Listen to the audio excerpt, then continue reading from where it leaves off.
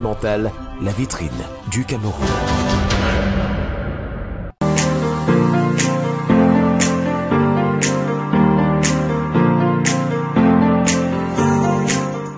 Vous rêvez de vous déplacer en toute sécurité et dans le confort partout au Cameroun?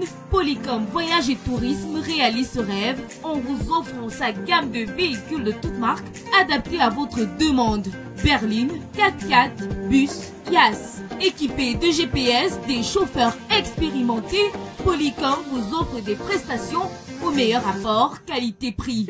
Polycom Voyage et Tourisme est situé au quartier Vogada, face Mirador Hôtel. Réservez dès maintenant votre véhicule au plus 237 222 229 790.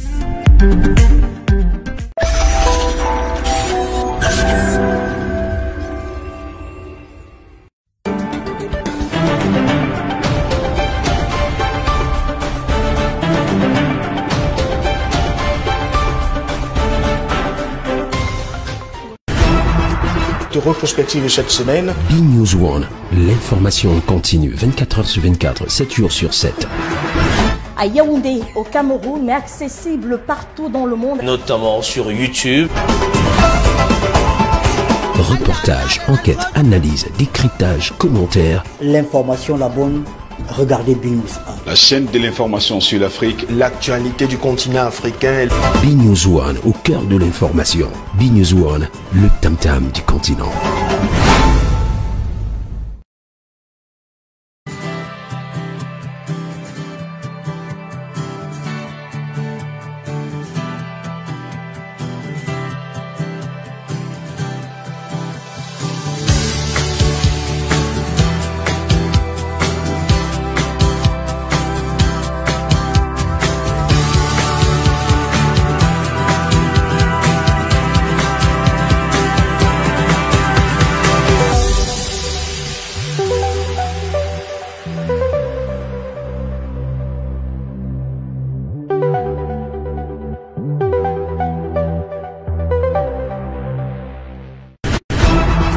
De rétrospective de cette semaine. B-News One, l'information continue 24h sur 24, 7 jours sur 7. À Yaoundé, au Cameroun, mais accessible partout dans le monde. Notamment sur YouTube.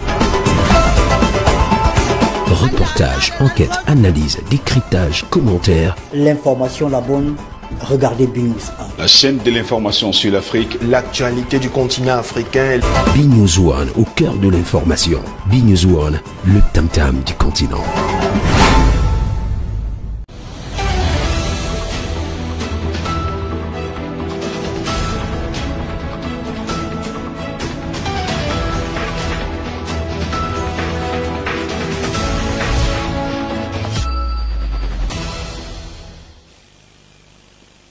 Mesdames, Messieurs, bonjour, bonsoir, merci de nous retrouver sur le plateau de B-News, un deuxième sortie de la semaine de votre programme Obama Time. Et ce soir, nous faisons une incursion dans les universités d'État du Cameroun.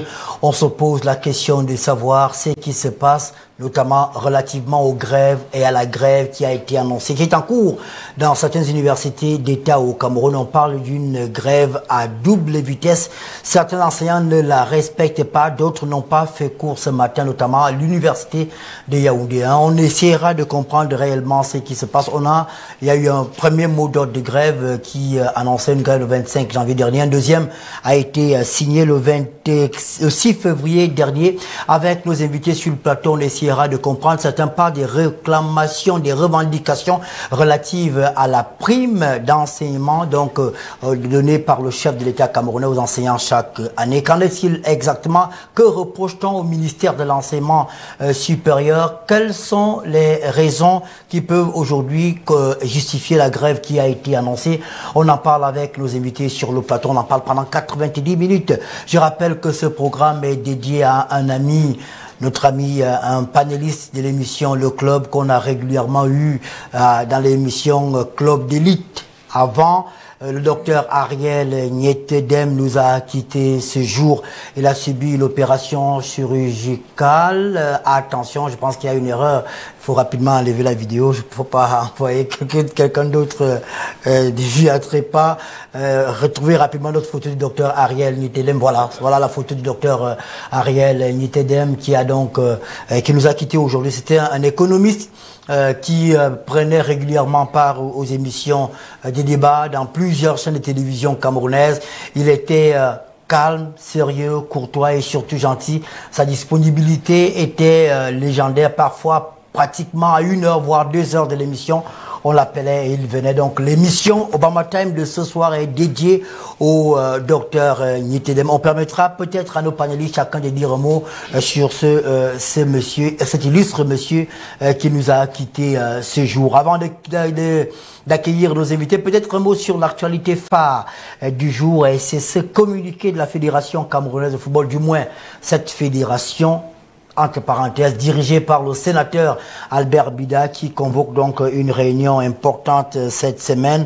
Je ne sais pas, à la régie, si on peut avoir le communiqué. Merci beaucoup à Verlin Kouété qui nous permet d'avoir décision numéro 00/PT de président du comité provisoire de la FECAFOOT, comité exécutif provisoire de la FECAFOOT. Donc, vu les décisions prises par l'Assemblée générale de la FECAFOOT lors de sa session extraordinaire du 2 février 2021, vu les dispositions de l'article 42 des statuts de la FECAFOOT en vigueur, adopté le 16 mai 2012, décide la séance du comité exécutif provisoire de la FECAFOOT est convoquée le mardi 16 février 2021 à Yaoundé à partir de 10 heures précises, avec à l'ordre du jour les points suivants: l'examen de la situation créée par l'usurpation des fonctions des présidents et des membres du comité exécutif de la FECAFOOT par M. Seydou Mbombo-Njoya et ses conseillers, l'examen des modalités de réintégration des organes élus en 2009 au sein des litiges régionales et des ligues régionales, autant pour moi,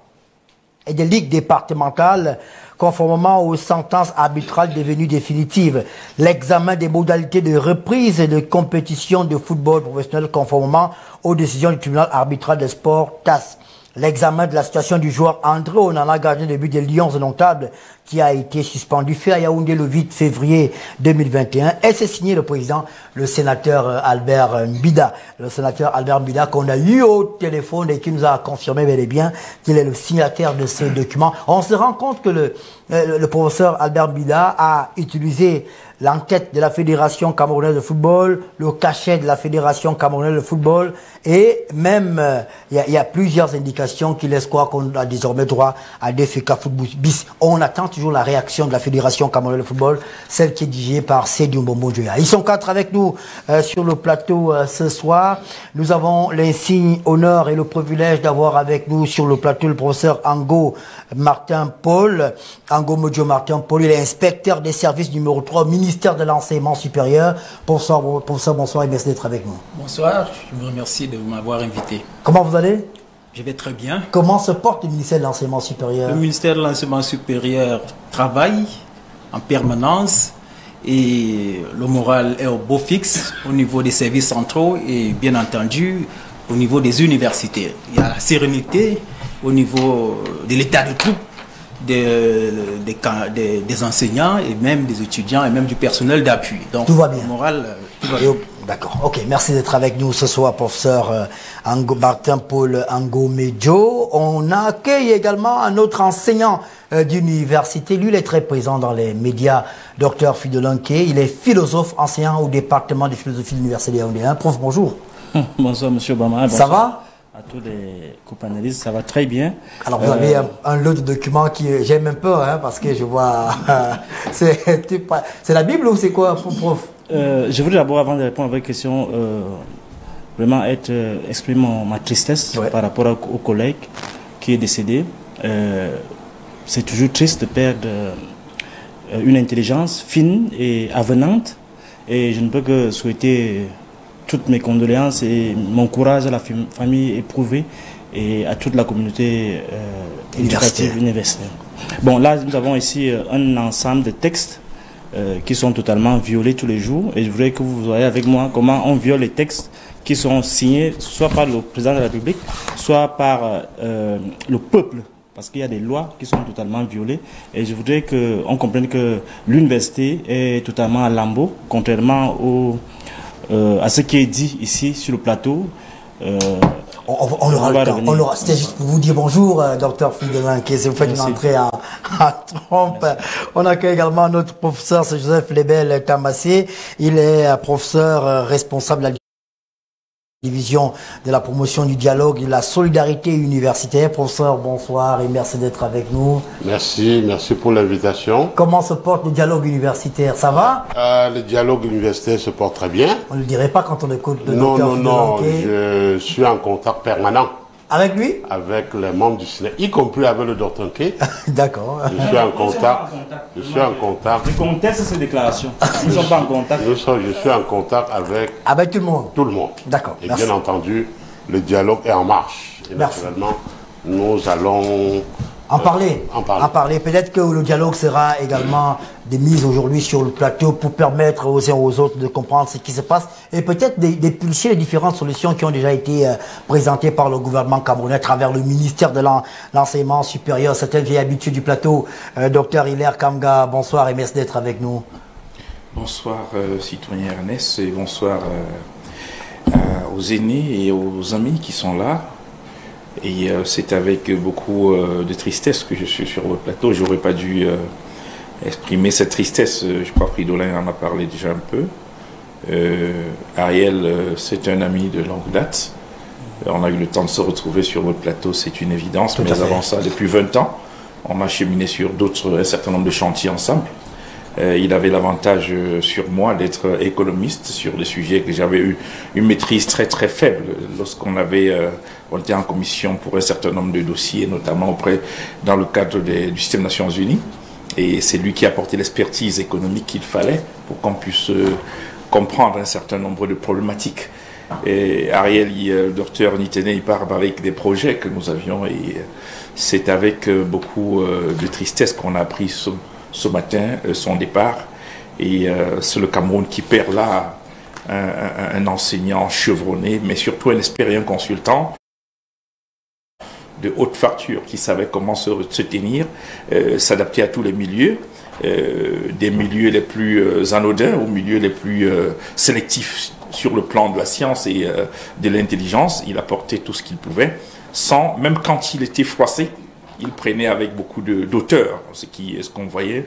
Et donc je vais ici, au nom de tous ceux qui l'ont connu comme moi depuis une vingtaine d'années, demander à son épouse et à ses enfants de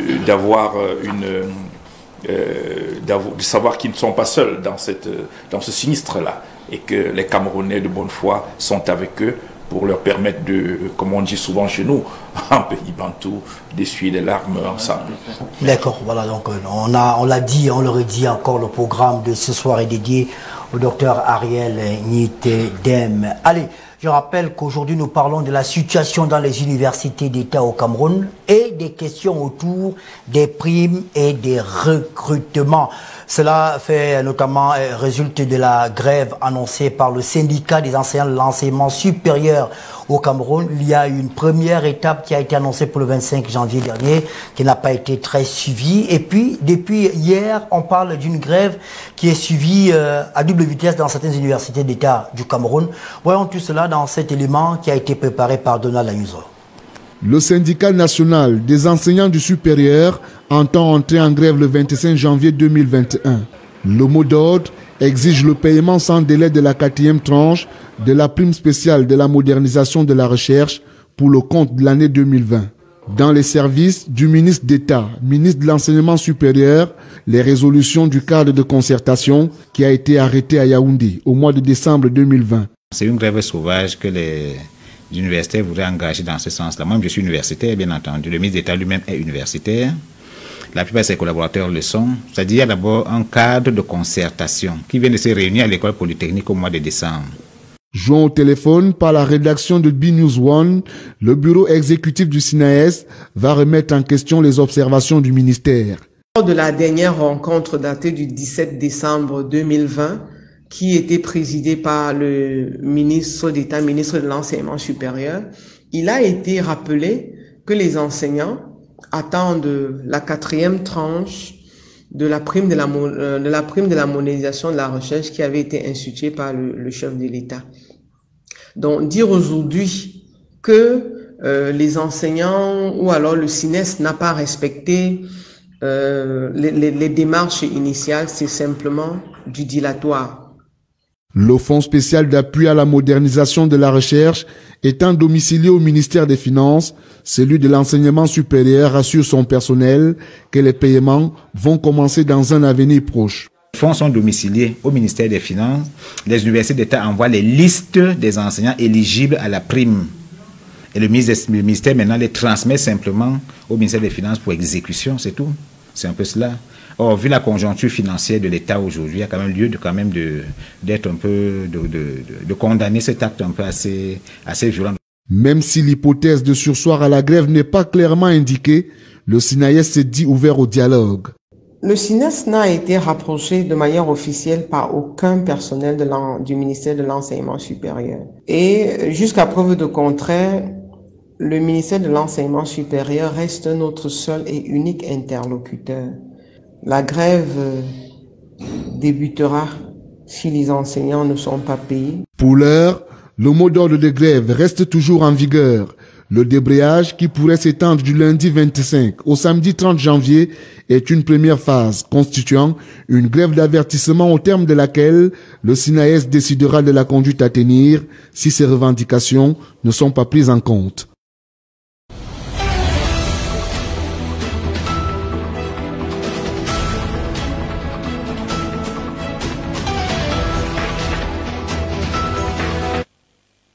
Merci à Donald Ayuso qui nous a permis d'avoir le décor qui est désormais planté. Je pense qu'on va d'abord passer la parole au mandataire du SINES, puisque, il faut le rappeler, vous avez été mandaté par le SINES.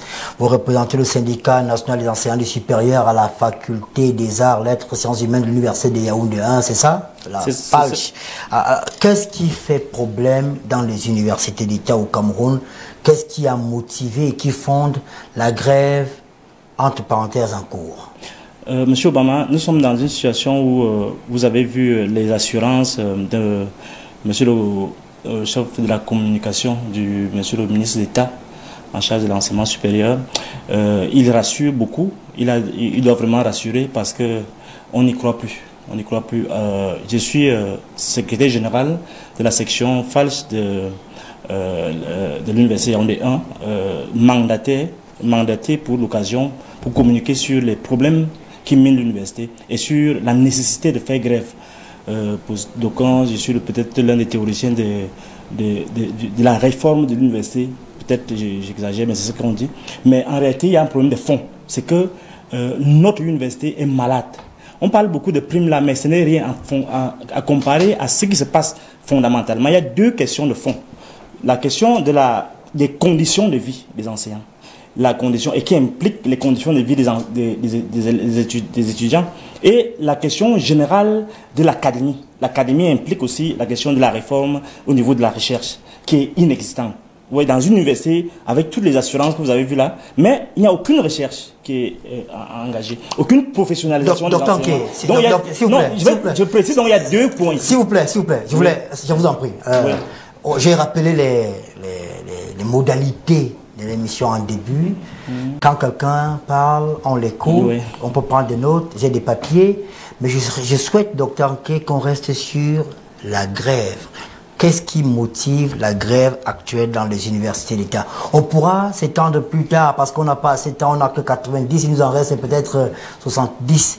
Qu'est-ce qui motive la grève actuelle dans les universités d'État au Cameroun? Vous avez été mandaté par le syndicat des enseignants du supérieur. Dites-nous. Je vous ai dit deux choses. Il ne veut pas inventer les causes. Première cause, c'est que sous cette affaire des primes, c'est-à-dire la 4e tranche de la prime de modernisation, la prime spéciale, qu'on dit désigner la prime spéciale du chef de l'État pour la modernisation de la recherche, elle est réclamée par nous avons au moins 2000 collègues qui n'ont pas reçu la prime. Mais au-delà de ça, parce que réclamer une prime, c'est vraiment, on ne devrait pas arriver à cela. Il y a des questions de fond que nous posons, qui sont les conditions de vie dans lesquelles nous éduquons, nous prétendons inscrire nos étudiants, qui sont presque à l'image même de la déconsidération que nous avons, que le gouvernement nous pose. Et la deuxième chose, c'est que fondamentalement, vous devez comprendre, c'est important, que si dans une université, il n'y a pas la recherche, il n'y a pas le pan recherche, il n'y a pas toutes les infrastructures qui vont avec, il n'y a pas déjà même au niveau du contenu des enseignements, qui sont presque inexistants. Parce que ce qu'on a là, c'est des récitations qui ne sont plus adaptées à notre monde. Nous devons donc faire prévaloir cela, parce que nous sommes en quelque sorte, l'université nous appartient. L'université n'appartient pas au gouvernement. L'université appartient au corps enseignant, aux étudiants, aux enseignants, au peuple, en fait. Donc, nous devons constater ce qui pose problème et l'opposer. Or, la façon dont c'est géré, c'est comme si c'était une université qui appartient à un groupe de personnes qui peuvent décider de donner les primes, de ne pas donner en fonction de leurs humeurs. Donc, ça pose un problème de fond. Voilà ce que nous réclamons. 2000 enseignants n'ont pas reçu leur prime, c'est bien ça? Et pas les conditions de la prime spéciale du chef. 4e trimestre. Et vous avez reçu la vôtre? Oui, j'ai reçu. Vous n'avez pas de problème. Moi, je n'ai pas de Donc problème. il y a une discrimination dans le paiement des primes. Exactement. À quoi sert cette prime? Et depuis quand elle a été instituée par le chef de l'État? La prime, si mes souvenirs sont bons, il y a j'ai la documentation, il y a de cela en 2014, je pense. 2009, je pense que c'est 2009. Expliquez-nous à quoi elle sert. Alors, je n'ai pas la date exacte, mais la prime a été instituée par le chef de l'État pour un peu ramener, vous voyez, les salaires ont été totalement divisés peut-être par 10 au niveau des universités, comme d'ailleurs dans beaucoup de corps. Donc, quand on compare avec ce qui se passe dans les autres, si on dit qu'on doit comparer par rapport au niveau des salaires, ne serait-ce que dans la sous-région, on va se rendre compte que c'est presque dérisoire. Donc le chef de l'État a pensé que comme une sorte de revalorisation des salaires, parce que c'est ça qui est question, même si on ne le dit pas, puisque le Premier ministre a demandé que cette prime soit mensualisée. J'ai un document que je vais vous remettre que la prime soit de manière mensuelle, que ça soit intégré dans les salaires. Oui. Donc c'est une prime qui en quelque sorte revalorise un peu le salaire des enseignants. Mais en réalité, ça participe de la recherche, pour promouvoir un peu le b.a.-ba de la recherche. C'est-à-dire que vous allez dans un colloque, vous devez produire des ouvrages, vous devez aller sur le terrain. Donc il y a un ensemble de préalables qui pourraient aider à ce que l'enseignant assume vraiment ses responsabilités. Donc on a institué cette prime-là et elle est donc donnée en fonction du grade et en fonction du grade. Vous avez vu la dernière fois, avec beaucoup de légèreté, le ministre de l'Enseignement supérieur a publié les taux, avec beaucoup de légèreté, beaucoup de déconsidération des taux qui reviennent à chaque corps, à chaque niveau, à chaque grade. Donc, voilà les questions. Publication, je sais pas, où est la légèreté dans la publication? Non, quand même, on ne va pas voir ça dans d'autres corps. On ne va pas voir ça, c'est la déconsidération. C'est-à-dire le manque de respect envers notre corps. Comment vous pouvez publier? Non, ça ne se fait pas. Ça ne se fait pas, il faut être des lignes maturité, même s'il veut aller un peu plus loin. On va rester courtois. Oui, c'est pourquoi je dis, je vais être courtois, je dis donc c'est la déconsidération. On ne peut pas comprendre que, vous savez combien on donne comme prime aux magistrats. Vous savez comment on donne comme prime aux hauts gradés des forces de l'ordre. Vous savez quelle est la raison pour laquelle on doit donner cela? Donc vous n'avez pas apprécié le fait que cela soit publié. On ne peut pas comprendre cela, en fait. D'accord. J'ai devant moi, avant de passer la parole au docteur, au professeur Joseph Lebel Tamazi, qui est impatient de prendre la parole. Le mot d'ordre de grève, il faut qu'on le lise pour qu'on sache les deux principaux points qui ont été retenus par le syndicat. Vous allez prendre la parole. Le bureau exécutif national du syndicat national des enseignants du Cameroun, Ben Sines, réuni le 6 février 2021 en session extraordinaire, a examiné un seul point à l'ordre du jour, l'état des paiements de l'allocation spéciale pour la modernisation de la recherche. Le Ben Sines constate qu'à ce jour, il n'y a pas eu évolution dans le paiement de l'allocation spéciale pour la modernisation de la recherche. Plus de 2000 enseignants des universités d'État attendent toujours le paiement de leur allocation. Le Ben Sines reste ouvert au dialogue. Le Ben Sines réitère que la grève suspendue le 30 janvier 2021 reprend.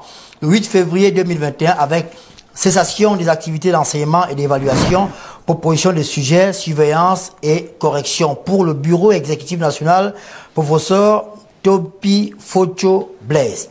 Alors, professeur, qu'est-ce qui se passe pourquoi 2000 enseignants n'ont pas reçu leur allocation?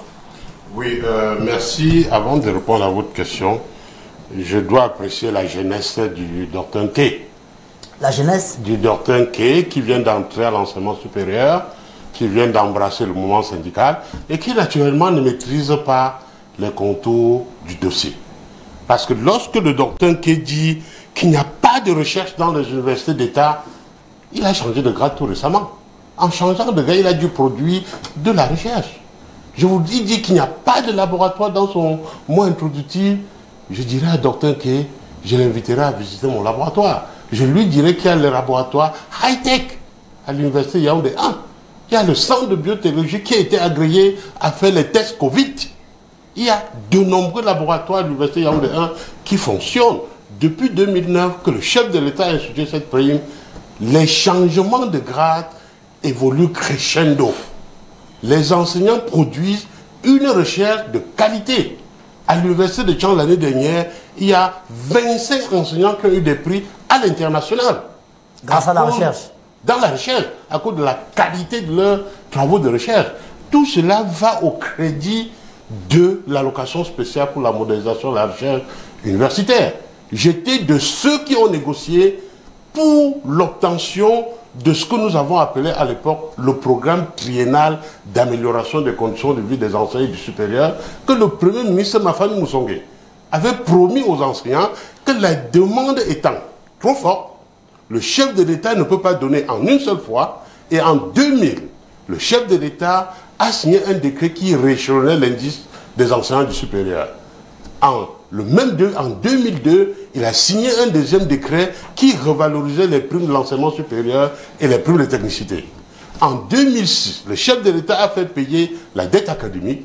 Et en 2009, le chef de l'État a institué l'allocation spéciale pour la modernisation de la recherche. Qui s'élève à combien? Qui, au moment où le chef de l'État créait cette prime, il y avait 4 milliards 108 millions dans la cagnotte. Et aujourd'hui?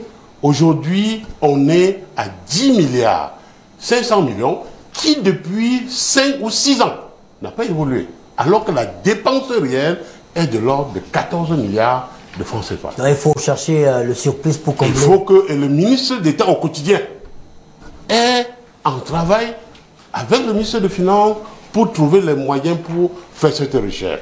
Dit qu'il n'y a pas de recherche à l'université, c'est dit que le chef de l'État a mal fait de mettre cette prime. D'accord, on voit bien quand on vous écoute qu'il y a une attention qui est constante du chef de l'État vis-à-vis des problèmes qui concernent le supérieur. Mais lorsque le Dr Nké dit que le ministre d'État de l'enseignement supérieur, dans son communiqué, en publiant les montants, parce que le Sénat laisse croire, comme le Dr Nké le dit, que le chef de l'État ne fait rien pour la recherche universitaire. Le ministre d'État de l'enseignement supérieur a l'obligation de communiquer. Le chef de l'État a fait beaucoup. Et quand bien même on va comparer les salaires des enseignants du supérieur avec ceux du Cameroun, j'ai consulté la grille salariale des hauts gradés de l'armée. J'ai consulté la grille salariale des corps de la police. J'ai consulté toutes ces grilles salariales et je dois dire, les enseignants ne sont pas mieux lotis par rapport aux enseignants qui sont dans le même niveau d'économie en Afrique. Mais sur le plan local, les enseignants, ils ne sont pas les premiers, mais ils sont bien lotis parce qu'ils font un travail spécifique. Faire de la recherche, ça demande une grosse mobilisation de fonds. Maintenant, pour revenir au communiqué que vous avez bien fait de citer, je n'ai pas très bien compris comment le SNEP pour dire qu'il n'y a pas d'évolution dans le paiement. Pas d'évolution dans le paiement de l'allocation spéciale pour la modernisation de la recherche. De la recherche. On est parti de 4 milliards à 14. Non, il y a eu une évolution. À 10. Mais il y a 4 quand même qui doivent être comblés par le ministre chaque année. Chaque année. Mais quand il ne dit pas d'évolution, ça veut dire qu'il faut entendre par là que du lancement du mot d'ordre de grève jusqu'à cette date, aucun enseignant n'a été payé. Ce qui est faux. On ne peut pas dire pas d'évolution. On peut dire évolution non satisfaisante. C'est un problème de mauvaise foi. Ça laisse comprendre à l'opinion que depuis qu'on a lancé le mot d'ordre de grève, aucune action n'a été Et ils essayent de corriger en disant 2000 enseignants n'ont pas encore reçu, ce qui est contradictoire avec le premier élément qui se dit. Et la question que je vais poser à M. Nké. C'est moi qui pose des questions ici. Je voulais justement vous poser une question. Oui. Pourquoi certains enseignants sont payés et pas d'autres? M. Nké est honnête, il rappelle que lui, il a déjà été payé. Mais pourquoi les autres ne sont pas payés? Quelle est la grille discriminatoire? Du moins, sur quel élément on se fonde pour dire que M. Nké doit recevoir sa prime et pas d'autres? Lors de la rencontre, lors de l'audience que le ministre d'État de l'enseignement supérieur a accordée au secrétaire général du SYNED et à certains membres de son bureau, le ministre d'État a expliqué les mécanismes de paiement. Lui, en tant que ministre d'État, prépare le dossier technique.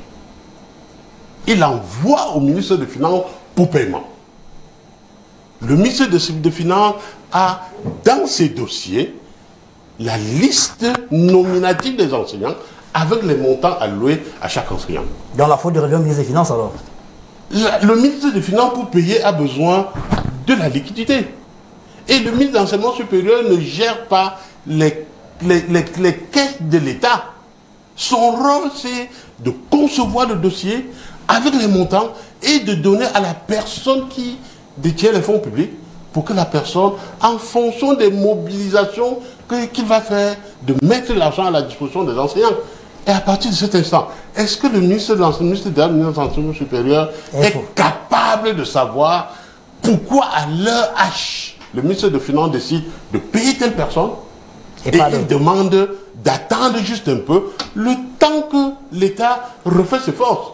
Parce qu'en réalité, au mois de janvier, nous savons tous que c'est le mois où l'État refait sa santé pour la nouvelle année. D'accord. Vous allez prendre la parole. Je voulais d'abord, chacun va prendre d'abord une première prise de parole.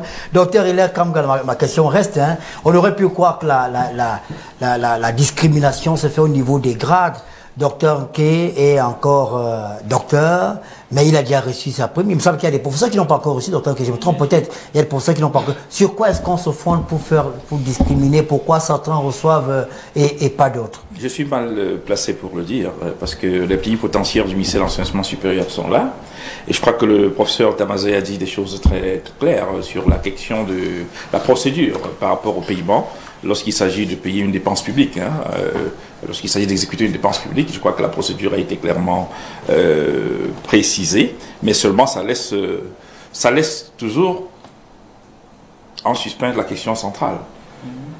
Pourquoi est-ce que dans une liste, le ministre des Finances pense qu'il doit choisir qui il doit payer et pas l'autre? Ça pose un problème fondamental. Est-ce vraiment au niveau du ministre des Finances que ça se pose? Est-ce vraiment au niveau du ministère des Finances que ça pose? Parce que je vois mal ici comment est-ce que le ministre des Finances, que je sais très rigoureux, peut recevoir une liste de gens à payer. Soit il les paye à ce moment-là, entièrement, soit il diffère le paiement pour tout le monde. Sinon, ça crée un élément discriminatoire qui ne me semble pas être dans l'ADN de ce monsieur, que je crois pouvoir connaître un tout petit peu. Donc, du coup, il y a un problème qui se pose. Il faut détecter le nœud de problème ailleurs. Vous pensez que la discrimination se fait en amont, au niveau du ministère de l'Enseignement supérieur? Sûrement qu'il y a peut-être d'autres grilles qui permettent d'envoyer des listes peut-être par vague, je ne sais pas. Moi, je ne veux pas répondre à la place des gens qui sont là, parce que le ministre a envoyé... Il y a deux plénipotentiaires du ministère là qui sont mieux placés pour dire les choses plus précisément. Mais simplement, je voudrais quand même embrayer sur un fait précis, parce que là, quand on aura des explications, peut-être ça m'amènera à revoir ma position, mais je crois qu'on est encore là dans l'univers de la mafia que je dénonce de manière permanente. C'est-à-dire qu'on crée tout pour essayer de laisser dans un environnement mafieux ce qui devrait être normal. À la réalité, le CINES fait un excellent travail depuis 1991. Je crois à sa création aux années 91, ça fait un excellent travail.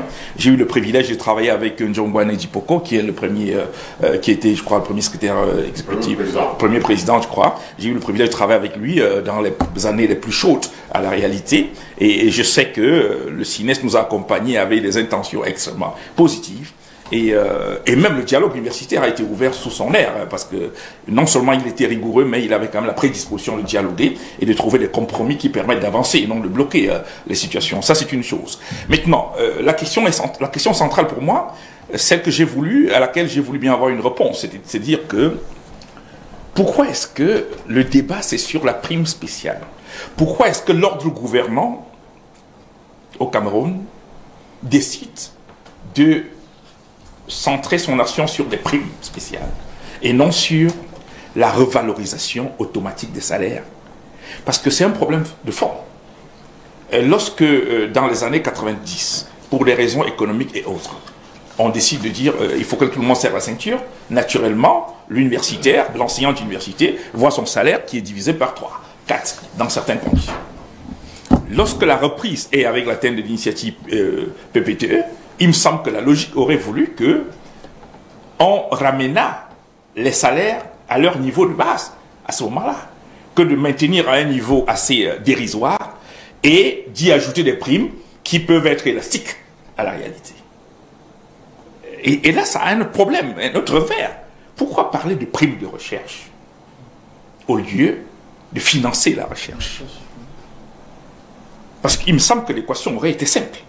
Si on voudrait que la réforme soit sérieuse, on revalorise le salaire de l'enseignant en fonction du niveau de finances publiques et on met en place un fonds de financement de la recherche qui, cette fois-là, questionne et appelle à la gouvernance universitaire réelle.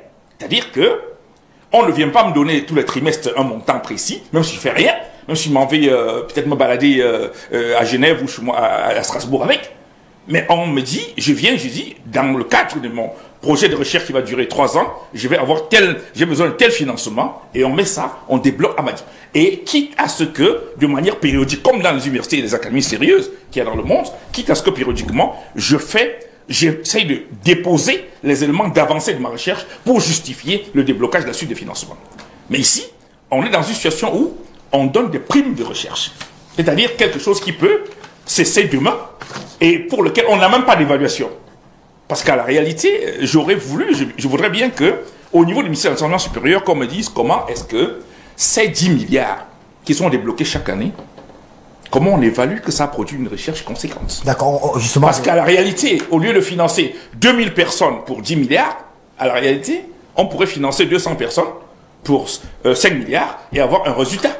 Et maintenant que les salaires des enseignants de l'université soient mis au niveau où ils ne seraient pas dans une posture de mendicité vis-à-vis de leurs étudiants. J'apprécie votre réflexion, mais pour le moment, essayons de régler d'abord les questions de la grève et puis on va évoluer. Professeur Ango, quand je lis le communiqué du CINES, il y a une voie qui est toujours ouverte, le dialogue.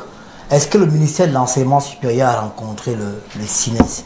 Est-ce que vous les avez écoutés? Quelles sont les propositions qui leur ont été proposées? Est-ce que celles-ci ont été réellement implémentées? Peut-être avant de répondre à votre question, je voudrais d'abord calmer les esprits sur ce plateau pour dire qu'il n'y a pas de feu dans l'enseignement supérieur. Il y a de la sérénité au niveau de la recherche et il y a de la détermination au niveau de la production scientifique. Bien entendu, il y a des collègues qui ne reçoivent pas, en fait, qui n'ont pas encore reçu les primes. Il est tout à fait normal et logique que les uns et les autres expriment leur mécontentement. Et ce mécontentement n'est pas dû au ministère de l'Enseignement supérieur, ni même au ministère des Finances, mais c'est la conjoncture sociale qui est la situation économique du Cameroun. N'oubliez pas que le pays traverse des périodes très difficiles pour trouver des financements, pour trouver de l'argent liquide, pour payer et même pour financer beaucoup de travaux. Le Cameroun est engagé dans les travaux d'infrastructure routière, le Cameroun est engagé dans la crise anglophone. Il y a le Covid également qui est passé par là. Alors c'est pas facile de mobiliser, vous savez les conséquences du Covid. Mais je dis que nous, enseignants, nous devons rester sérieux. C'est-à-dire, l'État nous a confié une responsabilité, nous devons mettre la valeur absolue. Je crois que c'est quand même l'éducation des enfants de ces pays. Alors, d'où vient-il que vous n'avez pas peut-être reçu votre prime? Vous dites que vous n'enseignez pas, vous ne travaillez pas. Moi, je travaille. Je suis allé travailler. Aujourd'hui? Oui. À l'université de Yaoundé? Tout à fait, à l'université de Yaoundé 1, qui fonctionne à merveille. Vous n'avez pas respecté le mode de grève? Non. L'université fonctionne. L'université fonctionne. Il n'y a pas de grève. Il n'y a pas de grève dans les universités. Moi, j'ai dispensé mes enseignements aujourd'hui, j'ai évalué dans le cadre des examens. Donc, moi, je dis, je voudrais appeler l'attention des collègues, y compris ceux du CINES, sur l'intérêt général qu'il va falloir préserver.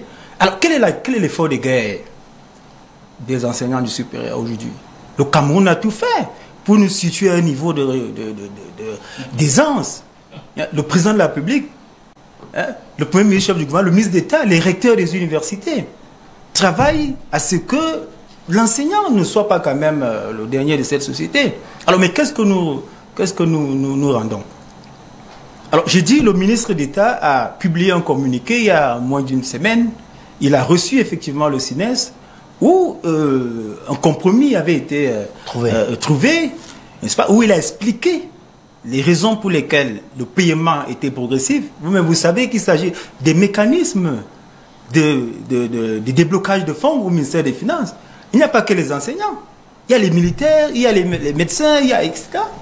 Alors, le ministère des Finances qui juge de l'opportunité et du paiement, mais il faut quand même reconnaître que l'enseignement supérieur est quand même, occupe une place de choix dans le corps du ministre des Finances, qui très souvent opère des déblocages rapides pour que les enseignants soient payés. Alors, je voudrais quand même dire à M. Eke de se calmer. Parce que j'ai l'impression que nous ne sommes pas dans la même université. Lorsque nous sommes dans l'université, tout ce que vous décrivez, le constat catastrophique que vous présentez au Cameroun, c'est pas ça, en réalité. Ce n'est pas ça, ce n'est pas vrai ce que vous racontez. Les enseignants ne sont pas dans des mauvaises conditions de travail. Allez dans les laboratoires, je vous parle en tant qu'inspecteur des services. Parce que je descends dans les universités au quotidien pour voir ce qui se passe. Les laboratoires. Et il ne faut pas seulement voir les enseignants, les étudiants, le personnel d'appui. L'État ne peut pas tout faire, c'est vrai. Mais on ne peut pas dire aujourd'hui que l'université est dans un état catastrophique comme vous le décrivez. Les conditions de travail sont tout à fait acceptables. Les primes internes passent normalement. La prime de recherche passe. Les enseignants vacataires ont leurs heures complémentaires, etc. Toutes les universités travaillent à ce que, au moins, que la majorité des problèmes soient réglés. Juste une question avant de revenir au docteur Fridolin. Il y a également une question de la gestion de cette prime-là. Il y a des enseignants qui, depuis des années, reçoivent la prime, mais on n'a aucune recherche. Non, alors, écoutez, je vais répondre à votre question. Je voudrais prendre une seule variable, un seul indicateur, les ressources humaines. Vous comprenez? Alors, cette ressource humaine qui est formée dans les écoles normales, dans les facultés de médecine, dans les écoles d'ingénieurs polytechniques, qui sortent avec des diplômes d'ingénieurs. Vous croyez qu'on vous délivre un diplôme sans un travail de recherche qui est encadré par les enseignants? Alors, donc la prime là, c'est pour l'encadrement alors? Mais c'est tout ça la recherche. La recherche n'est pas seulement les ouvrages que nous publions. La recherche à l'université, c'est même la thèse de doctorat, c'est un travail de recherche. Vous connaissez combien de thèses de doctorat sont soutenues dans les universités? Bon oui, mais les enseignants, les professeurs... les professeurs... Je confesse que j'avais une autre idée de la recherche. Voilà, c'est ça, c'est que je vous explique. Merci de m'édifier, hein. Je vous dis donc que la recherche à l'université s'opère au niveau basique. Au niveau des enseignants, on est dans la recherche. Bien sûr, puisque lorsque vous passez dans un amphithéâtre, vous allez faire de la recherche pour pouvoir actualiser vos cours. C'est un travail de recherche. D'accord, s'il vous plaît. Docteur, vous aurez la parole. Le deuxième niveau de la recherche, M. Obama, c'est la production scientifique. Tout à fait. Alors, pour passer donc d'assistant chargé de cours, maître de conférence, professeur titulaire, c'est conditionné, entre autres, pas de la publication des articles. Je voulais qu'on s'accorde d'abord sur la recherche. Vous avez peut-être une... vous aurez la parole. Vous aurez la parole. Vous voulez ajouter quelque chose? Oui, je vais ajouter quelque chose. Sur la recherche? Sur la recherche. Oui. Je voudrais inviter Dr. K et tous les autres. Mais monsieur Obama, vous lui avez donné la parole deux fois. Il y a une injustice derrière. Ils sont deux contre moi. Vraiment, il ne faut pas que vous commentiez à dire. S'il vous plaît, monsieur Obama. S'il vous plaît, docteur K. S'il vous plaît. Le professeur Tamazé, permettez. Vous aurez encore la parole. Je vous donne la parole juste pour faire une question sur la recherche. Il a parfaitement raison. Et c'est lui qui devrait prendre la parole. Je voulais l'éclairage sur la recherche. Le professeur Ango nous dit que la recherche, il y a une première recherche dans l'enseignement. Quand on enseigne, on fait de la recherche. Il y a également de la recherche scientifique. Je croyais que vous ajoutez un élément. Je devais ajouter un élément. Allez-y alors rapidement, avant qu'on lui passe la parole. Dans l'encadrement des travaux de recherche, il a dit déjà. Arrive dans un laboratoire équipé par le maître. Fait ses travaux et deviendra lui-même maître. environ 1000 thèses de doctorants ont été soutenues seulement l'année dernière dans les universités d'État. C'est la recherche. Ça, c'est la recherche. Je dois inviter monsieur qui est sorti d'ici de voir à Research Gate le nombre d'articles pour cette année publié en 2020. Ah, ça c'est la recherche, parce que la publication des articles c'est différent de l'enseignement. C'est compris, professeur. Merci beaucoup. On va passer la parole au docteur Nkeh. Je suis d'abord d'accord sur le concept de recherche. C'est quoi la recherche selon vous? La recherche a deux niveaux. Parce que quelqu'un m'a dit tout à l'heure que je suis jeune. Mais je crois que c'est parce qu'ils sont vieux qu'ils ont tout oublié en fait. On va rester courtois. Quand on dit que tu es jeune, c'est pas courtois. Hein. Pour dire que tu ne maîtrises rien, ça c'est du mépris. Je ne suis pas ici en tant que moi, je suis le représentant des universitaires du Cameroun. Là où je parle, je parle pour le nom de Nkeh Fridolin. J'ai eu mandat souverain de parler au nom de toutes les universités. Tous les universitaires. Sauf la mienne. De tous les universitaires. Je ne parle pas des universités. Donc, en tant que syndicat. Tu vois les membres du syndicat. Oui. Vous n'êtes pas membre du syndicat, apparemment. Je voulais dire. Je suis membre du syndicat, je paye mes droits. Bon, ce que je voulais dire. Pour vous alors. Ce que je voulais dire, c'est je suis un peu, c'est presque honteux, hein, ce que j'ai vu là. C'est-à-dire que les gens ne savent même pas ce que c'est que la recherche. Ouais, les réponses. S'il vous plaît. Après, ils vont dire que je bavarde. Il y a la recherche fondamentale et la recherche appliquée. C'est les deux aspects de la recherche. Okay. Vous dites que vous ne voyez pas les résultats de la recherche. Et la recherche fondamentale, on n'est pas obligé de produire des résultats. Mais on creuse le concept, on creuse la théorie pour aller plus loin dans les références universelles.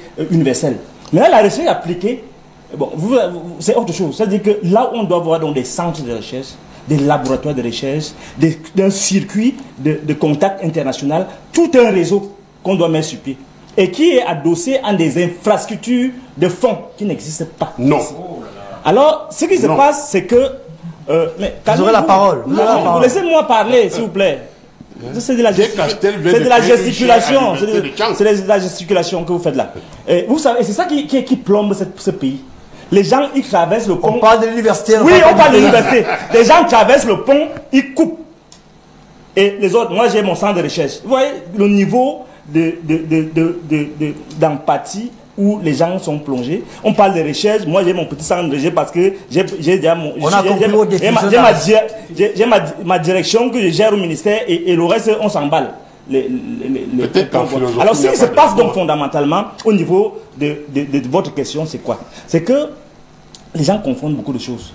Tout ce que vous voyez là comme intervention scientifique, la plupart du temps c'est des initiatives privées. Et lorsque quelqu'un arrive même avec un dossier pour dire que je vais promouvoir la recherche à tel niveau, c'est les mêmes gens qui bloquent parce qu'ils ne voient pas leur intérêt. Fondamentalement, je vais vous dire, ce pays se porte très mal. Quand vous allez à l'université Yaoundé 1, ils disent qu'ils sont de l'université Yaoundé 1. Lui, c'est un ancien syndicaliste. Il était SG du SNES avant. Mais le discours qu'il tient là, j'ai presque envie de fuir. Il ne me le reconnaît plus. Parce que quand il réclamait à corps et à cri qu'il n'y avait presque rien. Et comment en deux ans ça a changé? Fondamentalement, quand vous allez à l'université Yaoundé 1, il parle des conditions des étudiants. Je vous assure, quand j'ai été désigné SG, j'ai dit à Madame le doyen, je vais faire une grève. Si je vois encore un étudiant assis à même le sol, à l'université ici, à côté de la présidence, on fait cours étant assis à même le sol. Et vous venez ici, vous moquez des gens, et on ne doit pas parler de ça, parce qu'on va dire le chef d'État, le chef d'État. Le chef d'État lui-même, si on rentre dans les fondamentaux de la loi, si on rentre dans les fondamentaux, on va aller dans le texte que j'ai mis ici. Nous avons ici le décret 2009-121 du 8 avril. Ça c'est le décret sur la modernisation. On disait là, c'est en 2009 qu'on a institué ça. Maintenant, allons-y au décret numéro 99-201 du 17 septembre 1999 portant organisation et fonctionnement du Conseil de l'enseignement supérieur de la recherche scientifique et technique, qui est présidé par le président de la République. Je vous assure, le nœud de nos problèmes, c'est ici. C'est-à-dire que ce texte, c'est la charpente de l'université. Et notre université n'a pas de charpente. Notre université n'a pas un leadership. Le président de la République n'a jamais mis pied à l'université. Encore moins présider le Conseil de l'enseignement supérieur et de la recherche scientifique et technique. Dites-vous bien que voici ce que prévoit la loi. La loi, ce décret, lui-même qui a signé, il n'est jamais venu présider cela. On ne peut pas, on ne sait même pas où on va. Quand vous entrez en salle, dans une salle, vous ne savez pas ce que vous enseignez aux étudiants, monsieur. Parce que les contenus d'enseignement ne sont totalement déphasés. On récite les choses, on récite des choses qui n'ont aucun sens. Les étudiants sortent de Polytech. Où sont les stages? On parle de professionnalisation. Tout est bâclé. Si le président de la République ne peut pas déjà présider le Conseil de l'enseignement supérieur, qui définit la charpente de ce qu'on doit faire, parce que en réalité, c'est là où on se retrouve avec tous les ministères. Tous les ministères. Parce que c'est là où on voit le genre, le type de Camerounais, comme lui-même avait dit, qu'on veut former. Alors, si déjà il n'y a pas ça, ça veut dire qu'en réalité, il s'en fout. Non, attendez, je vais dire. Non, si, docteur K, on va pas. Non, on suppose qu'il ne peut pas s'en foutre. On imagine. Il s'en fout pas. La preuve, c'est qu'il y a quand même. Sinon, alors pourquoi il ne préside pas? Parce que je vous dis sans ça. Attendez, monsieur Obama, c'est moi qui parle. C'est moi qui assume mes mots. Parce qu'en réalité, quand on voit ce qui se passe là, c'est une politisation outrancière à l'université. Vous voyez, celui qui est là actuellement, il ne parle que politique. C'est pourquoi il ne comprend même pas ce qu'est la recherche. Parce qu'en réalité, quand on lui pose des questions, il ne sait même pas qu'est-ce qu'il doit dire. Et je vous dis, c'est très sérieux ce que je dis là. Et j'assume mes paroles. Il ne faut pas s'amuser avec ce que je suis en train de dire. Parce qu'il y va de l'avenir de nos enfants. Je gagne quoi à venir parler? Moi, je m'apprime, non? Mais quand je vois, je suis payé pour quoi en fait? Pour réciter, pour que les enfants récitent. On vous dit, asseyons-nous. Si ça vous dépasse, convoquez les gens, ils vont vous dire comment ça fonctionne. Ces gars ne maîtrisent rien. Ne maîtrisent rien. Et c'est important qu'on le relève ici. Si je comprends bien. Ils sont embrouillés là dans ce qu'ils disent là. Si je comprends bien pour vous, il n'y a pas de visibilité. Il n'y a aucune visibilité. Dans les parcours, dans les curricula, dans la vision même de notre. Mais il y a la prime que vous revendiquez. La prime, c'est presque nul. Mais elle existe au moins. On n'a pas besoin de ça. On n'a pas besoin de cette clochardisation. Vous n'avez pas répondu à ma question. Est-ce que la prime existe? Elle existe. Est-ce qu'il y a eu, malheureusement. Est-ce qu'il y a eu une amélioration de la prime? Non, ils ont dit maintenant Ils ont dit qu'on est parti de 4 milliards à 10 milliards. Attendez, il manque 4 milliards en fait, presque 5 milliards. Il a dit, il a dit, bon, j'ai les chiffres. Mais il y a quelque chose qu'il doit dire. Vous voyez pourquoi ils sont en train de se comporter ainsi? C'est important que vous compreniez. Parce qu'en réalité, ce qui se passe, c'est que vous voyez comment on nous méprise, on nous clochardise. 2, on nous appâte avec des petits postes, comme ils ont des petits postes là, c'est la fin du monde. 3, on nous humilie, on s'auto-humilie. On dit non par rapport aux autres corps, machin. Vous voyez le niveau de dégradation morale. Et vous allez dire que c'est Motazé qui a un problème. Le problème n'est pas Motazé, c'est nous-mêmes. Parce qu'il est là depuis. Si vraiment on avait mis sur place, il parle beaucoup de Paul Biya, Paul Biya, laissez Paul Biya tranquille. Il ne préside pas le Conseil de l'enseignement supérieur, on le lui reproche. Ce n'est pas une faveur qu'on lui demande de faire, c'est notre droit.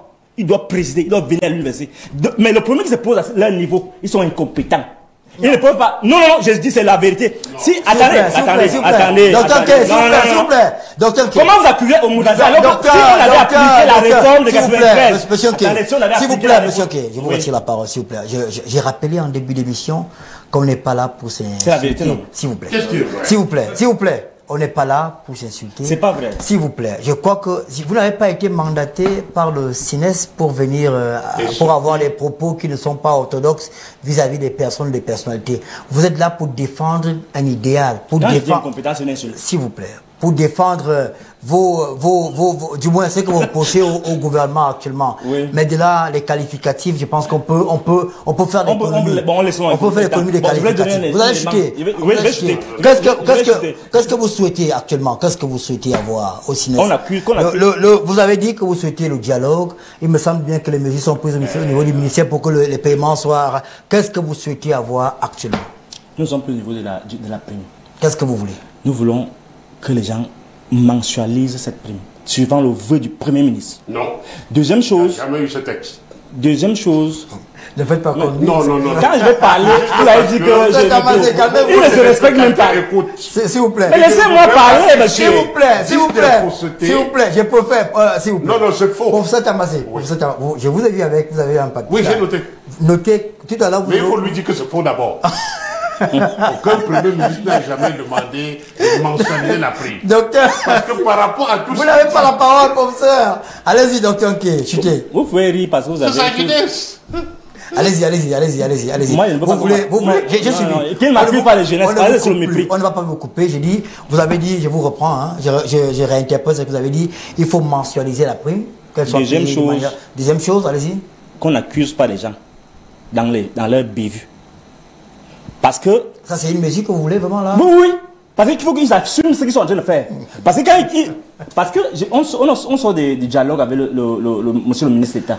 On a fait des rencontres le week-end avec d'autres services de l'État. Vous étiez là en personne? Non, je ne peux pas aller. Je ne peux pas aller. Bon, parce qu'il va dire quelque chose qui n'est pas normal. Donc, en réalité, non, je ne m'entends pas avec ces gens, donc c'est mieux que je ne parle pas.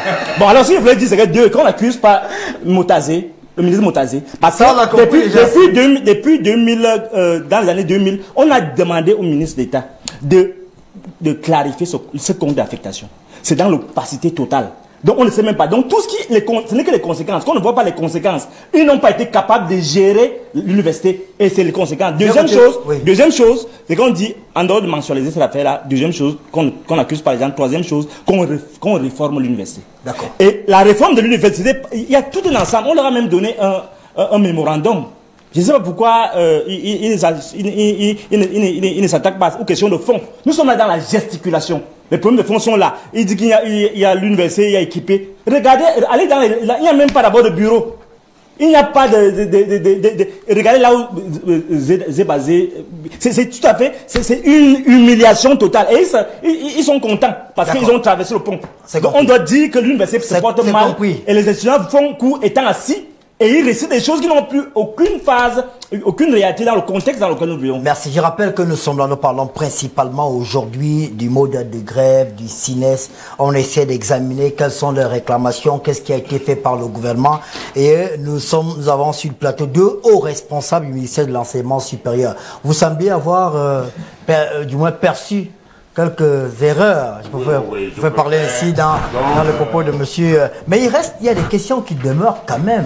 Au-delà de la grève, on évoque les questions de la gouvernance universitaire. J'apprends sur le plateau qu'il y a des laboratoires qui fonctionnent, alors que dans certaines universités, il n'y a même pas la connexion Internet. Il y a quand même des problèmes qui sont relevés régulièrement, des amphis qui sont bondés de monde, dont la capacité est largement dépassée. Mais restons à la grève. Voilà. Pourquoi au ministère de l'Enseignement supérieur, on ne crée pas un comité ad hoc de la gestion de la prime spéciale du chef de l'État, dans laquelle on retrouverait des responsables du CINES qui peuvent dire à leurs collègues quelles sont les difficultés que le ministère rencontre, notamment les difficultés liées au déblocage des fonds, notamment aux difficultés liées au fait que le ministère n'a que 10 milliards et il en faut aujourd'hui 14 milliards pour payer tout le monde. Pourquoi ça reste, pour reprendre l'expression du docteur Nké, dans une certaine opacité? Non, je crois que vraiment docteur Nké doit m'excuser quand je parle d'une certaine jeunesse. Ce n'est pas pour l'insulter, pour l'insulter. Quand il y a une compétence... Ce matin, une délégation désignée par le secrétaire général du CINES était au ministère de l'Enseignement supérieur pour s'enquérir du fonctionnement du compte d'affectation spéciale. Ils ont une séance de travail qui a duré 4 heures. Et régulièrement, tous les hauts responsables du CINES sont reçus par le gestionnaire du compte d'affectation spéciale qui laisse à la disposition des hauts responsables du CINES les modalités de gestion de ce compte. Naturellement, il participe à la gestion du compte. Il participe à la gestion du compte. C'est vrai, mais c'est jusqu'à ce que lamentable. Il faut être honnête, monsieur Tamassé. Il ne faut pas dire des choses parce que vous avez déjà mangé. S'il vous plaît. C'est pas normal. S'il vous plaît, c'est lui qui a la parole. Docteur Nké, il faut dire professeur Tamassé. Non, il n'y a pas de professeur ici. Monsieur Nké, monsieur Tamassé, laissez les titres là. S'il vous plaît. Ce que je veux... La définition de la recherche vous a dépassé maintenant. Il ne faut pas me parler de professeur. Quand vous parlez de la définition de la recherche, je l'appelle professeur. S'il vous plaît. Pourquoi il exige la Docteur Nké, vous savez, professeur... Il ne sait pas définir la recherche. Je suis professeur comment? Docteur Nké, est-ce que vous savez qu'ici, on peut parler, on s'écoute calmement. Ce n'est pas quand on crie qu'on a la raison. La raison n'est pas dans je sais pas, si le volume ou dans non, soyons courtois, parlons calmement. S'il vous plaît, il s'est excusé pour cela. Non, il ne s'est pas excusé. Il s'est excusé. Non. Et s'il vous plaît, en tant qu'universitaire, je pense que c'est courtois d'appeler docteur, professeur. Non. Il y a des jeunes étudiants qui nous écoutent. Ça n'existe pas, ce n'est pas le tropicalisme d'ici. Ça n'existe pas. Monsieur Tamasse, monsieur Nké, laissez les titres là. Parce que les titres là ne vous valent pas. C'est la vérité. Bon, on peut aussi dire que le vôtre ne le vaut pas. Bien sûr, je suis monsieur. Bon, passons. Allez-y, docteur, professeur. Lorsque le chef de l'État institue cette prime en 2009, pendant les 5 années qui ont suivi, le ministre d'État, le ministre de l'Enseignement supérieur, réunissait le SNES pour répartir la clé de répartition entre les différents grades. Jusqu'à ce que le montant alloué n'a plus évolué. Je vous ai dit que c'est 10 milliards 500 depuis environ 6 ans. Donc on perçoit en fonction de son grade. On perçoit en fonction de son grade. Un professeur reçoit en moyenne combien? Le docteur qui ne veut pas que l'on diffuse sur les médias. Je ne voudrais pas le faire ici. Parce que ce serait encore la preuve que le ministre de l'enseignement a dit en Mondiovision sur Benio le montant. Donc je préfère ne pas... Non, pour nos téléspectateurs, dites-nous, combien reçoit un professeur? Un professeur reçoit 1 060 000. Comme pour par mois, trimestre. Par trimestre. Oui. Donc en un an, c'est... Un maître de conférence reçoit... Vous posez la même question aux militaires et aux juristes. Aux magistrats, M. Ouang. Vous aurez la parole après. Non, c'est pas normal. Donc les professeurs reçoivent 1 million, les docteurs... Les maîtres de conférence, 860 000. Les chargés de cours reçoivent 665 000. J'ai posé une question tout à l'heure au professeur 665 000. Peut-être qu'il n'a pas... Est-ce qu'il y a... Et les chargés de cours et les assistants, 355 000. C'est de l'argent public. Ça veut dire que celui qui le reçoit doit rendre compte. Et les enseignants rendent compte. Ah bon, c'est vrai? Docteur K, vous avez rendu compte de... dans si, au moment de changer de grade, oui. Un assistant qui, au bout de 4 ans, n'a pas pu devenir chargé de cours. Il peut répondre à ça. Est exclu des universités. Je peux répondre. Automatique. Il est exclu, mais il ne rembourse pas l'argent qui a été perdu. Non, c'est la preuve que... Vous aurez la parole après, s'il vous plaît. C'est la preuve qu'il est inapte pour être à l'enseignement supérieur. Hein? Un professeur a le devoir d'encadrer les assistants, les chargés de cours et les maîtres de conférence. C'est en tout cas ce que je fais en tant que professeur titulaire. Hein? Un professeur a le devoir d'encadrer les mémoires et les thèses. Un professeur a le devoir de faire des publications scientifiques. Et d'ailleurs, la prime interne à chaque université est assujettie à un rapport de recherche que moi je dépose pour bénéficier de la prime interne qui de facto justifie la prime de modernisation. D'accord, c'est compris. Je voulais, professeur Ango, aujourd'hui c'est vrai qu'on parlait de la grève, mais on va au-delà. Le docteur Nkei, je l'appelle docteur parce que vous êtes un universitaire et c'est bien qu'on reste dans les grades. C'est ça qui fait l'université. Docteur, professeur, maître de conférence, professeur titulaire. C'est ça qu'on nous a appris à l'université. Vous nous avez appris à l'université. Alors pourquoi il parle d'une réforme universitaire qui s'impose? À l'écouter, il critique, dénonce, fustige une inadéquation entre les enseignements actuels dans les universités et le professionnalisme qui a été annoncé par le chef de l'État. Est-ce qu'on pense quand même à la réforme universitaire? C'est vrai qu'on me dira que le ministre d'État, Jacques Famdongo, a entamé la réforme avec le système LMD qui est en cours, qui permet aujourd'hui à quelqu'un d'aller au travail le matin, de poursuivre ses études de soir. Il y a une grande avancée, mais est-ce que vous écoutez au moins les revendications liées à la réforme, celles qui sont portées par le SNES? Alors, je voudrais quand même préciser qu'en ce qui concerne la professionnalisation, elle est effective dans les universités. Parce qu'aujourd'hui, il y a ce qu'on appelle les licences professionnelles. Peut-être qu'il faut rentrer dans les éléments basiques pour savoir ce que c'est que la professionnalisation. Alors, si vous allez à l'école normale supérieure, vous avez des professeurs des lycées. Ce sont des professionnels. Si vous allez en faculté... C'est pas nouveau quand même, non? C'était le cas depuis la création. C'est pour vous dire que le Cameroun était même très avancé en matière de professionnalisation. Alors, la professionnalisation sur le plan pratique, c'est quoi? C'est que on n'est plus dans l'enseignement théorique. L'étudiant suit des cours théoriques à l'université, puis il va faire ce qu'on appelle une formation en alternance, en entreprise. Donc, il est en contact avec l'université et l'entreprise. C'est ça le master. Donc, quand il a une licence professionnelle, il peut aller jusqu'au master professionnel. Et même les orientations des travaux de recherche ne sont plus des travaux théoriques. Ce sont des recherches qui rentrent justement dans des questions de professionnalisation. Parce qu'il ne s'agit plus aujourd'hui de former des étudiants qui ne peuvent pas s'insérer directement dans le monde de l'emploi. Il s'agit de créer un étudiant qui peut être lui-même créateur de son entreprise et qui peut recruter ses camarades à travers justement le projet. Vous savez très bien que la fonction publique ne peut plus recevoir tout le monde. La fonction publique camerounaise aujourd'hui n'a plus la capacité de recevoir. C'est pour cela que la révolution universitaire, qui est justement la professionnalisation des enseignements, c'est-à-dire que l'université aujourd'hui invite des professionnels, des chefs d'entreprise qui viennent dispenser des cours pratiques, et l'étudiant, dans le cadre d'une navette entre l'université et l'entreprise, peut aller faire une formation pratique en entreprise. Et donc, si je prends le cas, par exemple, d'une IPES, l'Institut privé d'enseignement supérieur, lorsque quelqu'un fait un BTS en communication, c'est de la professionnalisation.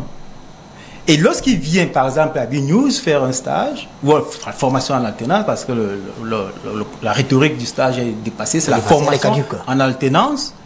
C'est ça, vous recevez des étudiants ici dans le cadre d'une formation professionnelle. Et donc, lorsqu'ils arrivent, ils viennent prendre des outils de professionnalisation. Donc, la professionnalisation, elle est là dynamique. Elle a révolutionné parce qu'aujourd'hui, beaucoup de Camerounais s'installent par eux-mêmes. Par exemple, au ministère de la Jeunesse, il y a des financements des projets d'étudiants. Au ministère de l'Enseignement supérieur, il y a le PROPAEJ qui finance des projets porteurs d'étudiants. Dans les universités, il y a ce qu'on appelle les incubateurs d'entreprises, financés par le ministère des petites et moyennes entreprises. Ouais, donc, il y a une révolution radicale des universités. Moi, quand je faisais l'université, je ne savais pas ce qu'on appelle une entreprise. Mais aujourd'hui, j'amène mes étudiants dans le cadre d'une entreprise culturelle.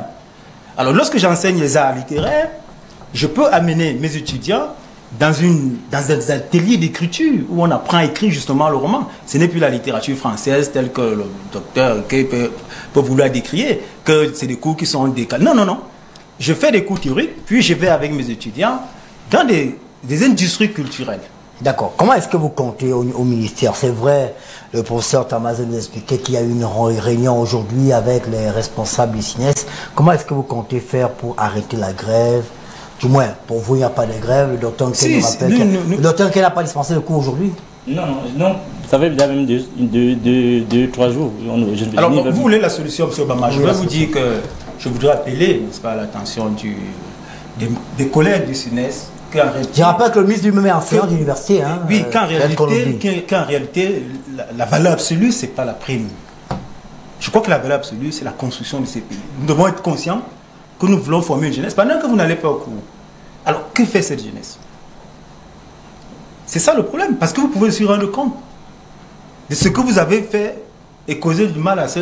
Tout le monde, vous avez droit à la grève. Mais les grèves sont quand même périodicité, elles sont quand même séquencées. Vous pouvez dire, c'est 3 jours. Et puis vous revenez enseigner. Vous pouvez dire 1 jour, vous revenez enseigner. Mais ce n'est pas des grèves illimitées pour des raisons de primes. Aujourd'hui, le SINES doit parler, comme disait le docteur Legamga, que faire des propositions dynamiques pour que le pays avance. Ce n'est pas toujours des revendications d'épicerie, des primes, tous les jours l'argent, etc. Non. Non, on va rester courtois aussi pour faire. C'est comme des revendications d'épicerie. C'est pas courtois. Il ne s'agit pas de mettre en avant de l'argent. Ouais. Il y a des jeunes qui meurent sur le front de bataille. Vous pouvez payer la vie de ces Camerounais, des militaires qui meurent tous les jours. D'accord. J'ai devant moi un document du SINES, justement, qui a fait des propositions. Je pense que c'était en 2020. J'ai quelques recommandations du SINES. Vous n'avez pas la parole, docteur Hilaire Kamga, mais je souhaite qu'ensemble, qu'on examine déjà, parce qu'on accuse de ce débat faire des propositions, mais il y en a là. Même si ces propositions ont une couleur de revendication en même temps. La révision du décret numéro 93, numéro du 19 janvier 1993, portant statut spécial des personnels de l'enseignement supérieur afin d'améliorer les conditions de vie des enseignants du supérieur par l'introduction de nouvelles primes. Prime de communication, prime d'électricité. Vous voulez payer les factures apparemment. Recommandation numéro 2, la revalorisation de 50% pour tous les grades du montant trimestriel de la prime de modernisation de la recherche dont le montant est resté fixe depuis 2014. Donc 50, ça veut dire qu'il veut passer à 2 millions par trimestre. Recommandation numéro 3, la renégociation totale de la convention signée en 2006 entre l'État et la compagnie d'assurance AXA Cameroun pour permettre aux enseignants retraités de bénéficier des mêmes avantages que les enseignants en activité et aussi prendre en compte l'accroissement de l'effectif des enseignants permettant l'augmentation de la couverture médicale et la baisse de la prime individuelle d'assurance. Recommandation numéro 4, l'amélioration de l'environnement des conditions de travail des enseignants du supérieur. Numéro 5, l'octroi aux enseignants-chercheurs des crédits avec flexibilité de remboursement auprès du ministère des Finances afin de favoriser l'accession à la propriété foncière des enseignants du supérieur. Numéro 6, la construction des centres hospitaliers universitaires dans toutes les universités du Cameroun, institutions universitaires ayant une faculté de médecine et de sciences biomédicales ou pharmaceutiques avec une prise en charge gratuite des enseignants et de leurs familles dans les centres universitaires. Et puis l'amélioration de la gouvernance financière dans les institutions universitaires. Voilà, en gros les recommandations qui ont été faites. Docteur Hilaire Kamga, il nous reste encore une vingtaine de minutes à passer ensemble. J'ai bien l'impression que le gouvernement est en train de prendre à bras le corps les revendications spécifiques faites pour la grève qui est entre parenthèses en cours. Mais vous avez tout à l'heure parlé des options, des perspectives qu'on peut envisager dans les universités camerounaises. Docteur Hilaire Kamga, aujourd'hui, est-ce que le Cameroun est fier de son université? On parle encore des problèmes de recrutement aujourd'hui, il y a même des revendications en cours dans ce sens-là en ce moment. Peut-être qu'on n'en parle pas assez aujourd'hui, on aura peut-être l'occasion d'y revenir. Mais est-ce que le Cameroun est fier de son université? Qu'est-ce qu'il faut pour qu'il y ait une adéquation entre notre pays, son université et les enseignements? Il faut beaucoup de choses, hein, il faut le dire. Hein. Je me demandais encore si je vais prendre la parole. Non, vous avez la parole maintenant. Mais simplement, il faut évacuer quelques petits sujets qui ont été comme ça balancés pour rappeler que, à la réalité, c'est pas indiqué ici de poser la problématique des paiements, de le déporter pour mettre sur le dos du ministre des Finances, qui à la réalité, je crois, c'est un très bon arbitre très souvent. Donc du coup, il semble que le problème doit rester au ministère de l'Enseignement supérieur, qui lui produit la documentation technique qui permet de paiement et qui permet de payer. Et puis donc là, les arbitrages, c'est un autre dossier. Un sujet très bien compris. Et j'ai un problème. Et puis votre question vient à point nommé. Ce qui m'intéresse ici, le professeur Tamazé est bien placé pour savoir une chose importante. C'est que s'il n'y a pas des états généraux de l'université, il y aura toujours un problème. Pourquoi je dis qu'il est bien placé? Parce que, ayant été dans le CINES et à des niveaux de responsabilité très élevés, avec son ancienneté que je connais bien, il connaît pourquoi en 91, 12, 13, les choses ont plombé. Pourquoi? Qu'est-ce qui s'est passé? Et comment est-ce que la réforme universitaire de 93 a été finalement adoptée? Cette réforme qui était assez positive dans sa présentation s'est avérée être aussi un problème dans sa mise en œuvre. Parce que moi j'ai publié un article relatif en 1998. Ça a posé beaucoup de problèmes parce que, à l'époque, je mettais déjà des réserves sur la réforme. Parce qu'il y avait un nœud, il y avait une dimension pratiquement politique de la réforme. C'est pour ça qu'il faut revoir cette réforme aujourd'hui, faire une autre réforme. Et cette réforme ne peut être que la conséquence des états généraux de l'université. Pourquoi je parle de relance politique? Parce que... l'UMISUP ou l'UMIFI? Hein? l'UMISUP. l'UMISUP, non, j'ai dit l'université. J'ai cru entendre l'UMIFI. Non, j'ai dit l'université, donc de l'université. Donc c'est l'UMISUP qui doit porter ce projet. Parce que les relents politiques, c'est quoi? C'est qu'il faut adresser une question effectivement des grèves, puisqu'on parle des grèves juste maintenant. L'université paralysée en 1991, 12-13, le campus mort est là, et puis il y a des morts, mes camarades y sont tués, je ne sais pas, c'est un autre débat. Mais simplement, ces sacrifices ont amené à repenser l'université. Mais à le repenser, malheureusement, c'est certains auteurs qui le disent, et ça je le précise d'ailleurs dans mon article, à le repenser politiquement. S'il y a des éléments comme la multiplication des universités, la décongestion des universités qui nous permet de produire 6 universités au lieu d'une à l'époque, il y a quand même il y a un nœud fondamental. L'enseignant est paupérisé à l'époque, parce qu'on vient de ramener son salaire d'au moins un tiers, et on lui livre l'étudiant. C'est ça la réforme de 93, qu'il faut corriger aujourd'hui. L'étudiant est livré en tant qu'individu, parce qu'on parle du concept de la collectivisation de la correction à l'individualisation de la correction. C'est-à-dire qu'en 1993, avant 1993, la réforme, l'enseignant ne pouvait pas te dire, si tu ne fais pas ceci, tu ne valides pas ma matière. Ce n'est pas possible, puisque c'était collectif. Hein, la validation d'une matière était collective. Un enseignant n'avait pas qualité, et le professeur Tamazel le sait très bien, pour pouvoir dire à un étudiant, je tiens ton sort entre mes mains parce que c'est moi qui vais te faire valider. Ce n'était pas possible. Or, la réforme de 93 a transféré ce qui était collectif à l'individu, qui lui était paupérisé. Parce que son salaire avait été diminué de 3. La propension marginale a baissé. Fait qu'un gars qui a un salaire de 700 000 francs, qui se retrouve à 200 000 francs alors qu'il payait un loyer de 200 000, ne peut pas régresser à ce niveau. Il faut qu'il crée des mécanismes pour produire le salaire complémentaire. Et donc, c'est dans cette situation qu'on part d'un enseignant paupérisé à qui on a livré l'étudiant, que les polycopiés et les sexes, comme disait mon ami et très brillant aîné universitaire Ponji, les notes sexuellement transmissibles et consorts, c'est dans cet environnement qu'on a toute cette histoire qui pollue l'université camerounaise. Alors, aujourd'hui, on a des scandales énormes, parce que les enseignants, certains font faire des choses graves aux étudiants pour valider des matières. Mais au lieu qu'on adresse la question centrale, parce que l'étudiant, lui, est devenu un objet devant l'enseignant, au lieu qu'on adresse la question pour sécuriser d'abord l'enseignant, et là je parle de truc qui est le compromis, sécurisation de l'enseignant, ça veut dire on revalorise de manière légale et honnête son salaire, au lieu qu'on le fasse, on préfère maintenant gérer des primes spéciales.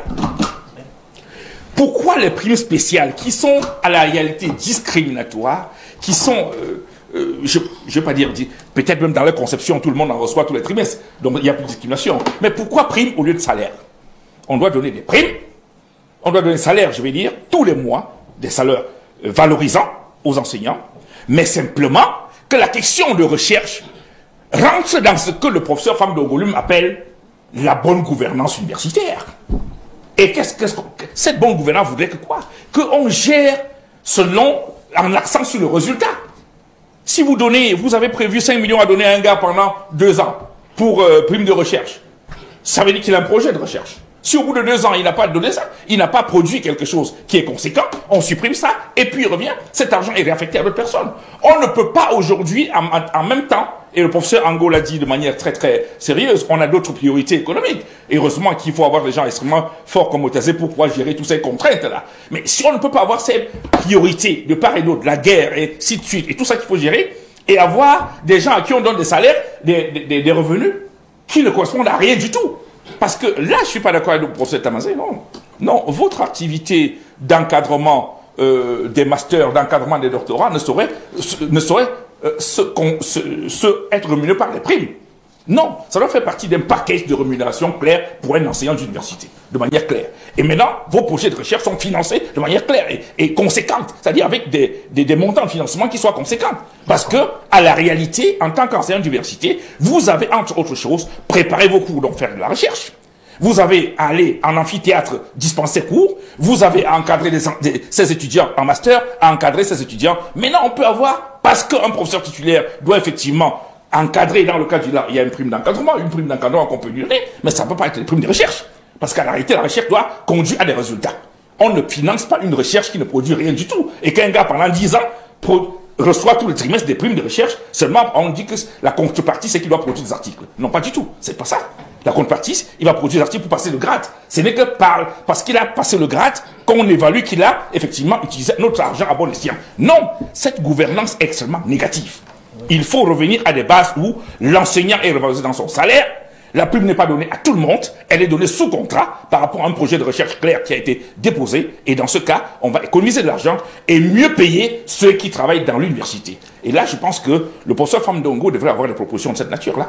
D'accord, on est dans les propositions maintenant, mais j'ai une question qui revient, parce qu'on a des amis dans les groupes, les forats qui envoient les questions, qui se demandent en quoi consiste le travail du responsable de la promotion du dialogue et de la solidarité chaque jour, si on en arrive là.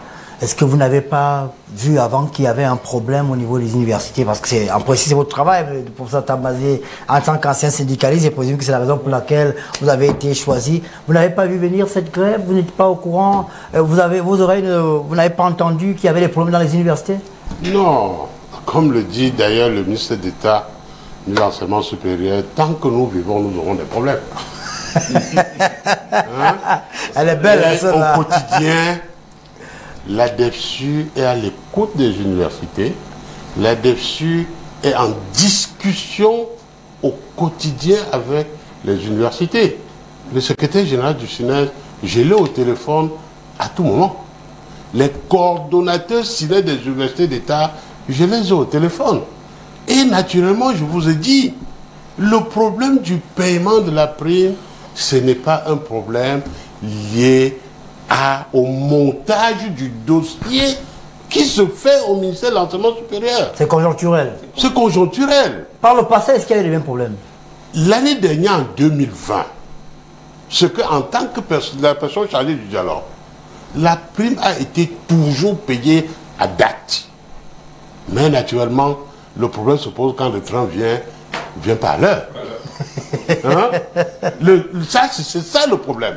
Pendant 3 trimestres en 2020, la prime a été payée immédiatement après la fin du trimestre. Le SNES n'a même pas envoyé un message pour dire, naturellement, peut-être qu'ils ne sont pas obligés de dire merci. Hein? Mais on se retrouve à la gestion du 4e trimestre qui doit être payé au mois de janvier. Et comme je l'ai dit tout à l'heure, le mois de janvier est un mois conjoncturel. Ce que je voudrais dire, M. Obama, ce que mon prédécesseur l'a dit tout à l'heure. En 1993, ce n'est pas seulement le salaire des enseignants du supérieur qui avait été supprimé. C'était un problème général où tous les personnels, fonctionnaires et non fonctionnaires ont subi la baisse des salaires. Les salaires des enseignants étaient payés à l'université.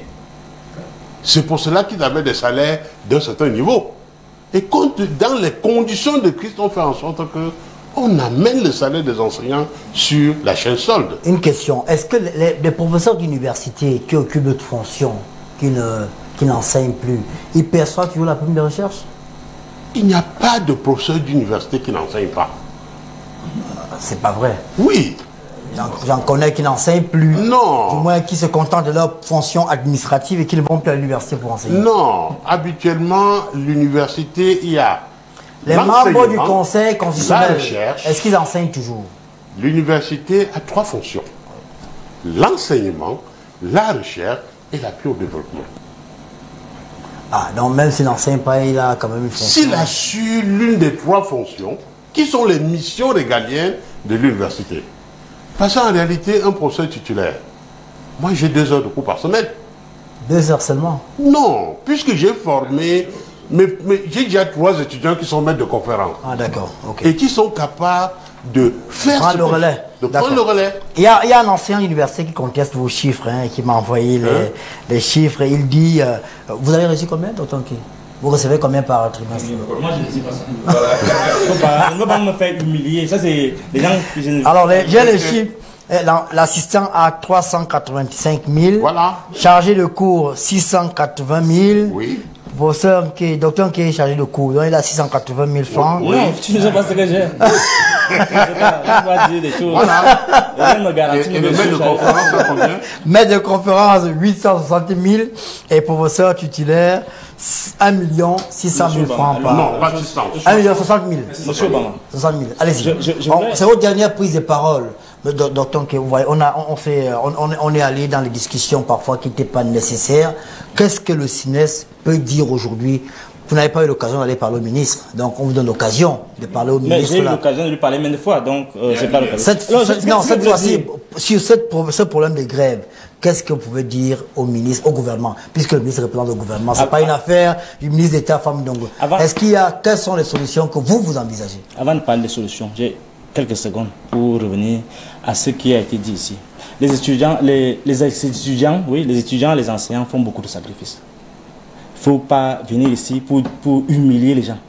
Nous ne sommes pas le paillasson de la République. Nous ne sommes pas les marmitons de la République. Il faut que les gens nous donnent le respect qui nous est dû.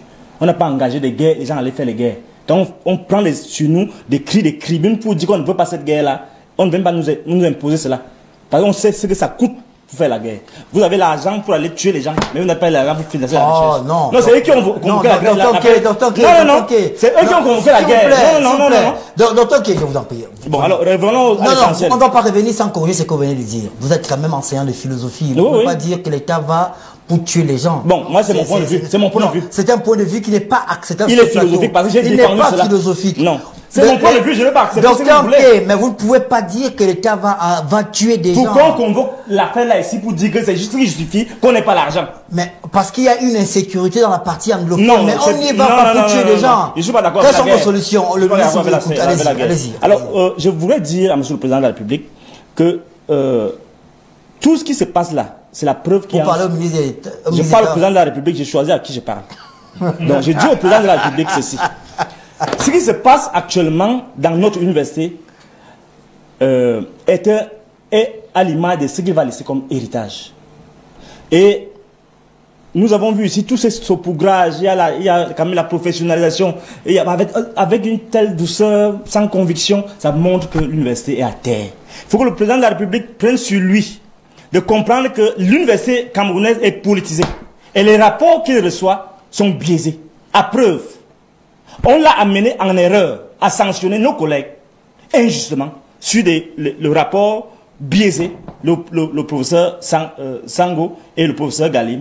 Ils ont été suspendus sur des rapports biaisés parce que les gens ne veulent pas faire ce qu'ils ont à faire et ils choisissent de faire la distraction. Alors, nous devons dire à M. le Président de la République, l'université est à l'image de ce que nous avons vu ici. Certains sont bien placés parce que ils sont en position d'être du côté sécurisé du pont, et l'autre côté qui est en train de dépérir est en train Vous voulez être de l'autre côté, apparemment? Non, je leur interdis même de m'amener là-bas. Donc je ne vais pas y aller. Alors, ce que je veux dire à M. le Président de la République, c'est que tout est politisé à l'université. Depuis 16 ans, c'est la navigation à vue. Et il faut vraiment que les choses reviennent à l'orthodoxie. Que la recherche soit financée, qu'au niveau de l'enseignement, qu'on ait une réforme fondamentale des curricula. Et en dehors de cela, qu'on voit la mensualisation de cette prime, qui est en réalité une augmentation de salaire, qui implique une augmentation de salaire. Compensation. Et la dernière chose que je voulais dire ici, c'est que fondamentalement, on doit réformer la gouvernance universitaire. On ne peut pas avoir la professionnalisation si on continue à nommer les doyens, à nommer les chefs de département, parce qu'ils n'ont pas la visibilité, la capacité d'interagir avec le monde professionnel. Vous souhaitez que ce soit... On doit élire les chefs de département, on doit élire les doyens, on doit élire les recteurs. Si vraiment on veut que l'université fonctionne, parce que l'université doit produire lui-même ses propres fonds. Parce qu'actuellement, il y a une ardoise d'un pays terrible au niveau des universités. Parce que justement, au niveau de l'enseignement supérieur, les gens n'ont pas la compétence de produire eux-mêmes les revenus qu'il faut. C'est compris, merci beaucoup. On a compris, le chef de l'État vous a écouté. On va sortir par vos interventions rapidement. On a compris que le ministre d'État, Jacques Famdongo, a pris le problème à bras du corps. Les solutions sont en cours, les erreurs viennent, du moins les retards sont dus à la conjoncture économique et au fait également que le ministère de l'enseignement supérieur reçoit 10 milliards et qu'il faut payer pour 14 milliards. Donc il y a un gap à trouver. Est-ce qu'il y a un mot de fin? Si vous avez un mot à dire aujourd'hui à vos collègues, d'abord vous, et on terminera par le professeur André. Oui, je dois rectifier la sanction qui a été faite au professeur Sango et au professeur Galim. Ce n'est pas le résultat d'un faux rapport au chef de l'État. Il y a eu un conseil de discipline où les enseignants sont venus avec des avocats et on a constaté qu'ils avaient commis des fautes graves. Donc c'est pas une sanction, pas une sanction unilatérale. Il y a eu un débat, conseil. Un conseil de discipline où les enseignants sont venus avec des avocats pour plaider leur cause. Est-ce qu'il y a... Et je dois dire à tous les enseignants... En tant que responsable du dialogue universitaire... Simplement parce qu'ils n'ont pas donné... S'il vous plaît, s'il vous plaît. Ils n'ont pas donné une épreuve. On ne va pas revenir là-dessus. Il nous reste très peu de temps. Allez-y. Non, je vais dire à tous les enseignants qui nous écoutent sur B-News, de faire confiance au gouvernement de la République. D'accord. En 2020, la prime a été payée sans retard. Et cette prime qui n'a pas d'arriéré, parce que tous les enseignants du supérieur ont régulièrement reçu leur prime depuis 2009. Cette prime sera payée.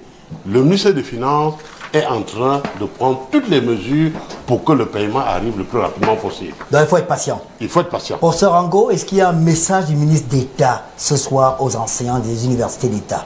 Le message du ministre d'État, c'est que les enseignants continuent à exercer leur travail normalement, que les solutions sont même déjà en train d'être trouvées, et que nous allons construire avec les camarades et collègues du CINES, nous allons continuer à travailler, et que l'université reste ouverte au dialogue pour que la nouvelle gouvernance universitaire que prône l'apôtre, qui est le président de la République, le chef de l'État, puisse être implémentée. Et je voudrais dire que l'université est debout et avance, et elle en marche. Espérons que l'université sera encore debout avec une connexion internet à Yaoundé 1 et Yaoundé 2 dans les universités. 10 centres de développement numérique. C'est du pipeau, ce n'est pas sur le terrain, ce n'est pas ça, parce qu'on a des petits frères quand même qui sont dans les universités et qui vont chaque fois s'agripper autour du rectorat. C'est bien de dire que ça va changer. Je retiens que ça va changer. Merci beaucoup. Voilà, on retient également que la réforme universitaire engagée par le ministre d'État Jacques Famdongo, elle a produit des fruits avec le système LMD. Il y a certains qui avaient déjà abandonné l'école, qui sont revenus à l'école grâce quand même à cette réforme-là. Elle est là. Elle est également un produit des grandes universités du Cameroun. Janice Kanga, bonsoir. Bonsoir. Ça va? Ça va. Alors, on fait le point des actus qui ont meublé la journée d'aujourd'hui. Entre fake et vérité, le vaccin anti-Covid-19 transforme-t-il les gens en homosexuels, comme l'a affirmé un religieux iranien? Alors, c'est l'exemple patent d'un fake news, même si l'information a été donnée par un ponte de la religion en Iran. Ses oies l'appellent l'ayatollah. L'ayatollah, c'est un religieux musulman chiite d'un rang élevé. De son vrai nom, Abbas Tabrizian. C'est sur la plateforme Telegram qu'il a affirmé la semaine dernière: ne vous approchez pas de ceux qui ont reçu le vaccin Covid. Ils sont devenus homosexuels. La déclaration n'a pas eu le succès escompté, heureusement. Auprès de ses 210 000 followers, l'intégriste religieux a été catalogué et ses propos condamnés par la communauté internationale et la presse locale. Dans le Jérusalem Post, des dissidents ont réagi. Ils affirment par exemple que les religieux en Iran souffrent d'un manque de connaissances et d'humanité. Leur objectif est de répandre des bêtises pour empêcher les gens de se faire vacciner. Ils diabolisent à la fois le programme de vaccination et les personnes LGBT. Il s'agit là d'un exemple patent d'instrumentalisation du vaccin anti-Covid. Alors, l'année dernière, le docteur Madeleine Chuente nous a indiqué que le Covid proviendrait des chauves-souris. Il y a un débat aujourd'hui entre les chauves-souris et le pangolin.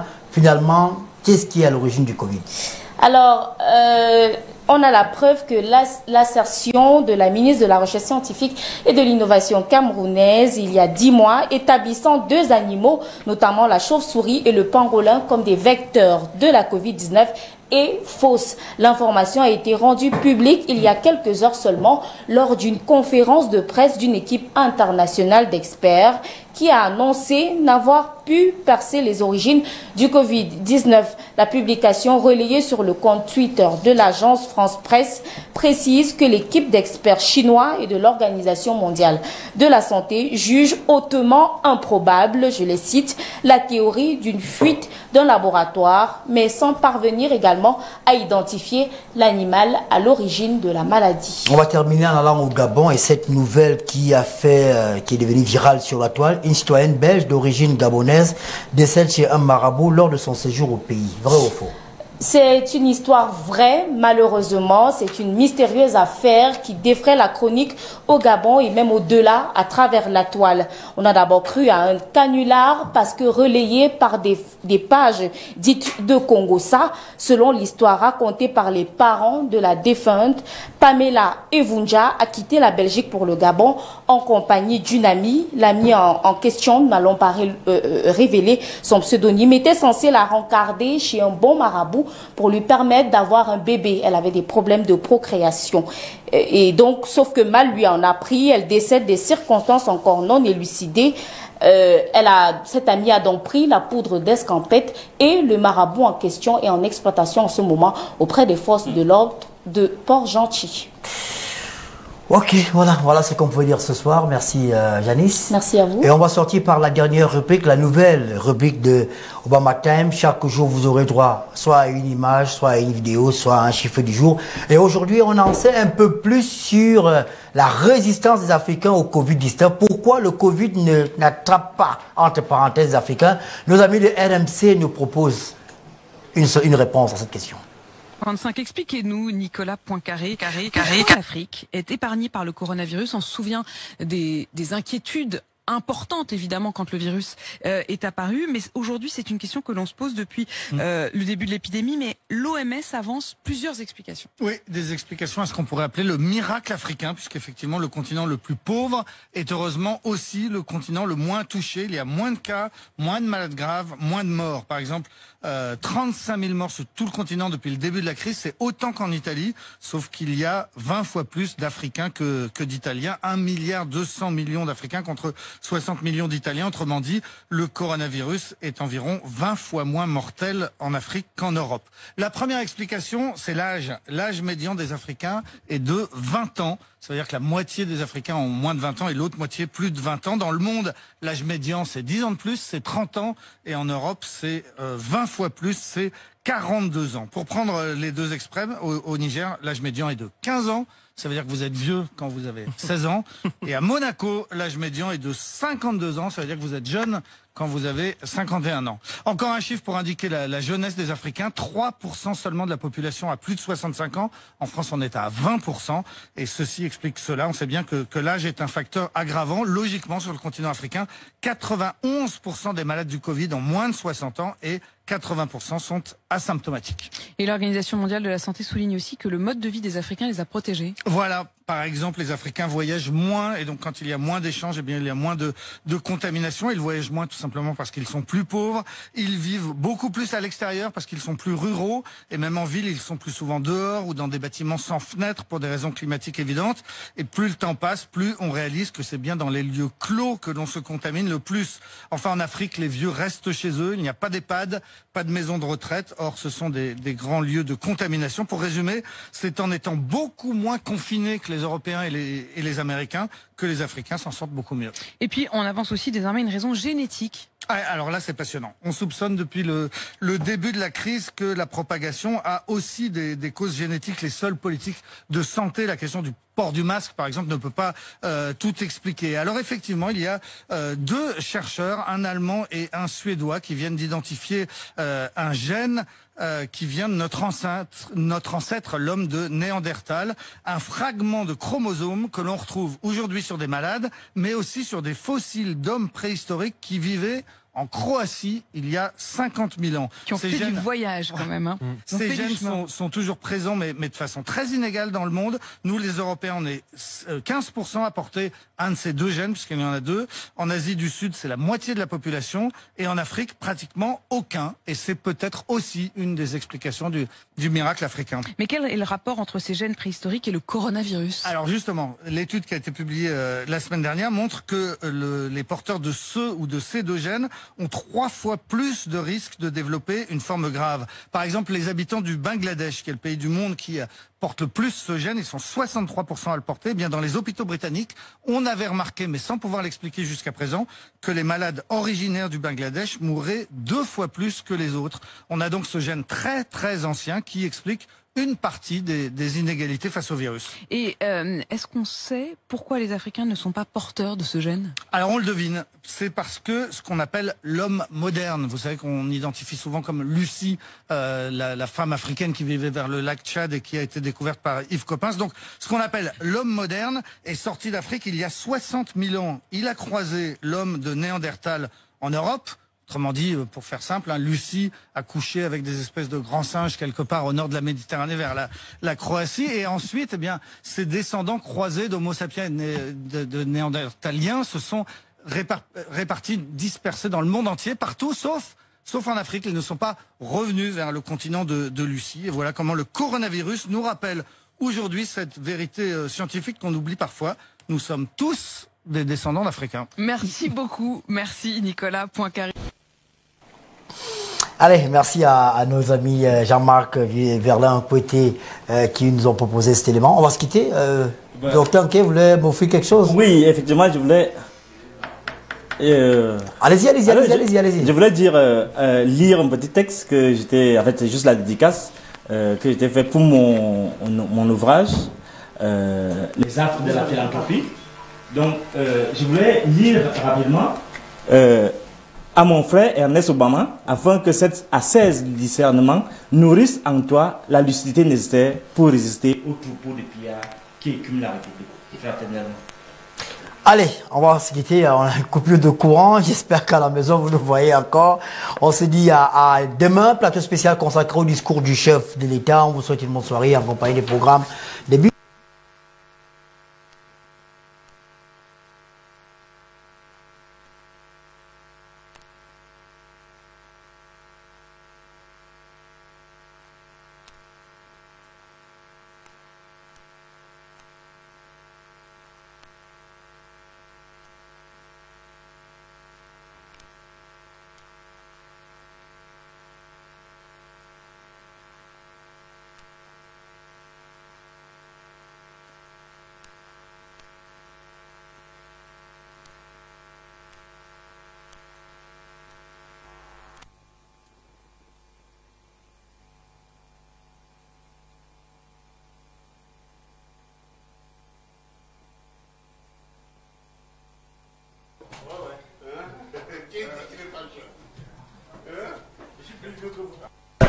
Laisse.